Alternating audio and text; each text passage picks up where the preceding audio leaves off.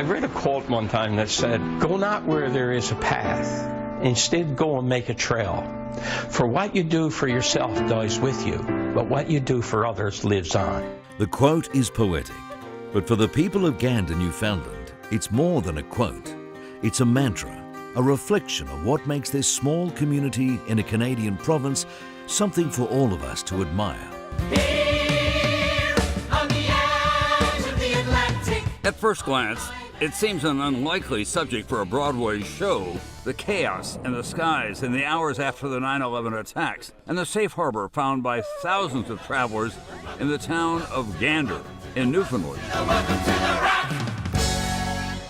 When you heard about what happened in Gander, and then you said, I can make a musical out of this, how many people came to you and said, have you lost your mind?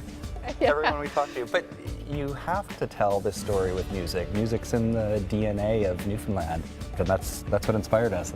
During the Vancouver Olympics, I had the privilege of sharing that story with viewers on both sides of the border. 56 minutes after the North Tower is struck, an unprecedented decision has been made. Every non-military plane must land immediately. Gander Air India 113, we go to Toronto.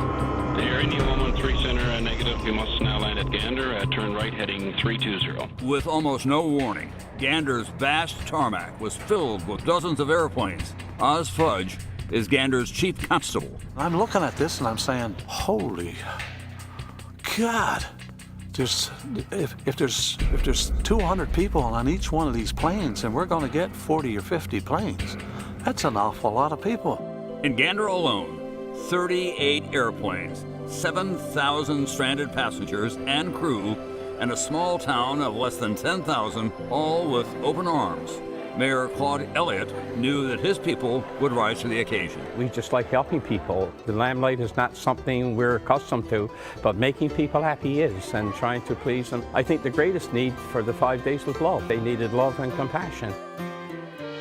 Canadian husband and wife writing team, Irene Sankoff and David Hein, were in New York at the time of 9/11. There was a sense of kindness that happened. It's one of the reasons we talk about it as a 9/12 musical rather than a 9/11 musical.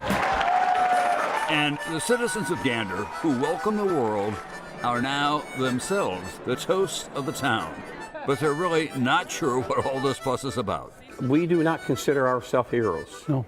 The real heroes of our society was the men and women that went into the World Trade Center to try to save lives, the firefighters, the police officers, the paramedics.